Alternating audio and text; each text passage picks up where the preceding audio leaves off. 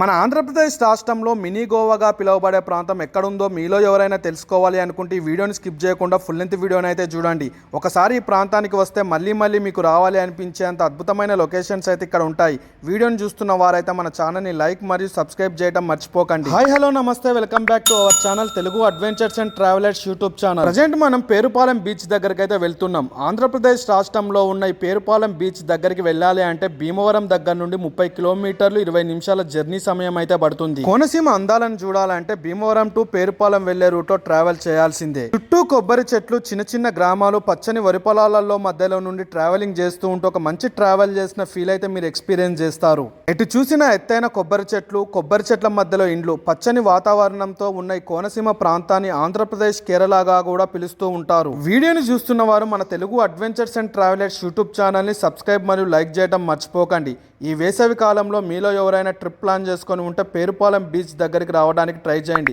Perupalem beach ప్రాంతంలో ఎండాకాలంలో కూడా చల్లగానే ఉంటుంది. 30 నిమిషాలు మంచి అడ్వెంచర్ రూట్లో ట్రావెల్ చేశాక మనం పేరుపాలెం బీచ్ దగ్గరికి అయితే వచ్చేసాము. బీచ్ దగ్గర వరకు కూడా సీసీ రోడ్డు నిర్మాణం అయితే ఉంది.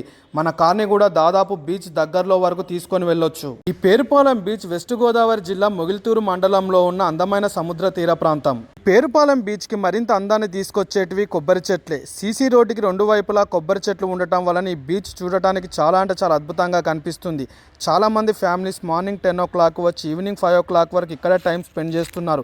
ఈ కొబ్బరి చెట్ల మధ్యలోనే వంట వార్పు అనేది చేసుకొని తింటున్నారు. వీడియోని చూస్తున్న వారు మన ఛానల్ని సబ్స్క్రైబ్ మరియు లైక్ చేయడం మర్చిపోకండి. మీరు కానీ మీకు తెలిసిన వారు ఎవరైనా ట్రిప్ ప్లాన్ చేసుకొని ఉంటే ఈ వీడియోని వారికి షేర్ చేయడం మర్చిపోకండి. ఆంధ్రప్రదేశ్ రాష్ట్రంలో చూడదగ్గ బీచ్ ప్రాంతాలలో ఈ పేరుపాలెం చాలా ఫేమస్ అయిన బీచ్. ఈ బీచ్ ప్రాంతానికి ఎక్కువగా మన తెలంగాణ రాష్ట్రం నుండే ఇక్కడికి వస్తున్నారు. ఈ పేరుపాలెం బీచ్ ప్రాంతంలో ఉన్న సముద్ర తీరం చాలా వెడల్పుగానే ఉంటుంది. ఆంధ్రప్రదేశ్ రాష్ట్రంలో ఉన్న మిగతా సముద్ర తీర ప్రాంతాలలో ఇంత వెడల్పు అనేది ఉండదు. ఈ ప్రాంతంలో ఉన్న సముద్ర తీరాన్ని సురక్షితమైన సముద్ర తీర ప్రాంతం అని కూడా అంటారు. ఎందుకు సురక్షితమైన సముద్ర తీరం ప్రాంతం అంటారంటే ఇక్కడ లోతు అనేది కూడా చాలా తక్కువగా ఉంటుందంట. బంగాళాఖాత సముద్ర తీరం ఇక్కడ చాలా ప్రశాంతంగా ఉంటుంది. ఇక్కడ అలలు పెద్దగా రావు. చిన్న అలలు లాగా వచ్చి మన పాదాన్ని తాకుతూ వెళ్తుంటాయి. బీచ్ లో అసలైన అందం ఇక్కడ నిశ్శబ్దం. ఇతర బీచ్ ప్రాంతాలలో ఉండే హడావుడి, జనాల కోలాహలం ఇక్కడ చాలా తక్కువగానే ఉంటుంది. సౌండ్ పొల్యూషన్, ఎయిర్ పొల్యూషన్ అనేటివి ఇక్కడ అసలే ఉండవు. కేవలం మనకు వినిపించేటివి సముద్ర అలల శబ్దం, పక్షుల కిలకిల రావాలు మాత్రమే మనకు వినిపిస్తాయి.